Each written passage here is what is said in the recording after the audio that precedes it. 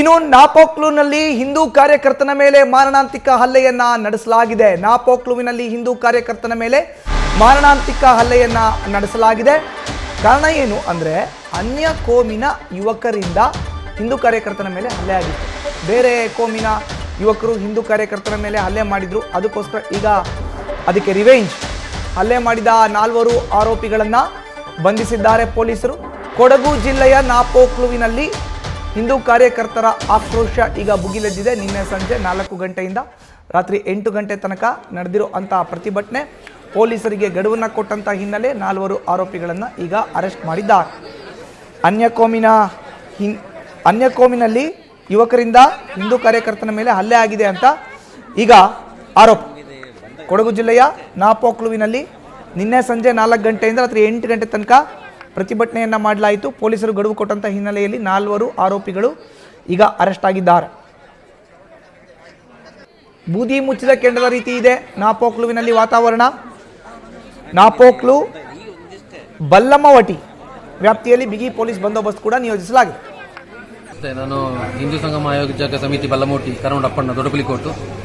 ನಾವಿವತ್ತು ಒಂದು ಮಧ್ಯಾಹ್ನ ನಾನು ಮತ್ತೆ ಯಾರು ಅಪ್ಪಚ್ಚಿರ ಗೌತಮ್ ಇಬ್ಬರು ಹೋಗಿ ಮಡಿಕೇರಿಯಿಂದ ಈ ನಾಳೆಯ ಕಾರ್ಯಕ್ರಮಕ್ಕೆ ಇರುವಂಥ ಫ್ಲ್ಯಾಗ್ಗಳು ಮತ್ತು ಈ ಸ್ಪೀಕರ್ಗಳನ್ನ ತಂದು ನಾಪೋಕ್ಲಲ್ಲಿ ನಮ್ಮ ಈ ಪೊನ್ನಾಡು ಸೂಪರ್ ಮಾರ್ಕೆಟ್ ಮುಂದ್ಗಡೆ ನಿಂತ್ಬಿಟ್ಟು ಒಂದು ಶಾಪಿಂಗ್ ಹೋಗಿದ್ದು.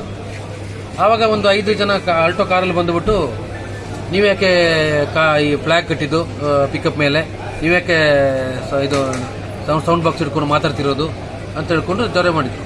ಮತ್ತು ನಾವು ಅವ್ರ ಜೊತೆ ಮಾತು ಬೆಳೆಸಿ ಏನೋ ಆಯಿತು. ನಮ್ಮ ಹುಡುಗರೆಲ್ಲ ಬಂದರು, ಸ್ವಲ್ಪ ಅವ್ರ ಬಾಡಿಗೆ ಹೋದರು.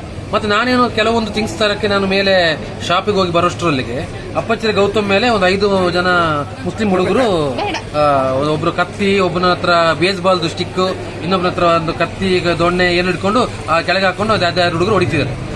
ಹೊಡೆಯುವಾಗ ಒಬ್ಬಂದು ನಮ್ಮ ಅಪ್ಪಚ್ಚಿರ ಗೌತಮ್ ಇಲ್ಲಿಂದ ಇಲ್ಲಿ ತನಕ ಓಪನ್ ಆಗಿದೆ. ಅದಕ್ಕೆ ನಾವು ಇವಾಗ ಏನು ಮಾಡಿದ್ವಿ ಅಂತ ಹೇಳಿದ್ರೆ ಅವರು ಎಸ್ಕೇಪ್ ಆಗಿದ್ದಾರೆ 2 ಹುಡುಗರು. ಮತ್ತೆ ನಾವು ನಮ್ಮ ಅಪ್ಪಚ್ಚಿರ ಗೌತಮನ ಹಾಸ್ಪಿಟಲ್ಗೆ ಸೇರಿಸಿದ್ದೀವಿ. ಮತ್ತೆ ರಸ್ತೆ ತಡೆ ಮಾಡಿದೀವಿ ನಮ್ಮ SP ಬರಬೇಕು ಅಂತೇಳಿ. ಈಗ SP ಅವರು ಬಂದಿಲ್ಲ, ಅವ್ರ ಬದಲು ಅನೂಪ್ ಮಾಧವ್ ಬಂದಿದ್ದಾರೆ. ಈಗ ಸಂಬಂಧಪಟ್ಟ ಇಲಾಖೆಯವ್ರ ಜೊತೆ ಮಾತಾಡ್ಬಿಟ್ಟು ಮುಂದಿನ ಏನು ಅವರು ಕ್ರಮ ತಗೊಳ್ಕೊಂತ ಹೇಳಿದ್ದಾರೆ, ನಮಗೆ ಭರವಸೆ ಕೊಟ್ಟಿದ್ದಾರೆ. ಅದ್ರ ಮೇಲೆ ನಾವು ಇವಾಗ ಈ ರಸ್ತೆ ತಡೆಯನ್ನ ಮುಂದುವರಿಸಿದ್ದೀವಿ. ಈಗ DSP ಬರ್ತಾರಂತೆ, ಅವ್ರು ಬಂದ ಮೇಲೆ. ಇದು ನಾಪೋಕ್ಲುವಿನಲ್ಲಿ ಹಿಂದೂ ಕಾರ್ಯಕರ್ತನ ಮೇಲೆ ಮಾರಣಾಂತಿಕ ಹಲ್ಲೆ ಪ್ರಕರಣಕ್ಕೆ ಸಂಬಂಧಪಟ್ಟಂತೆ ಆರೋಪ.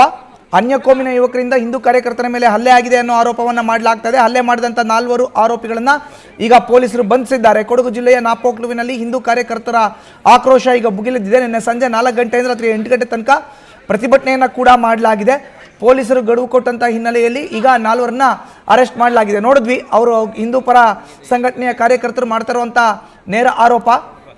ಕೆಳಗಡೆ ಹಾಕಿ ಕಾಲಲ್ಲಿ ತುಳಿತಾ ಇದ್ರು ನಮ್ಮವ್ರನ್ನ ಅನ್ನೋದು ಅವ್ರು ಮಾಡ್ತಾರೋ ಆರೋಪ.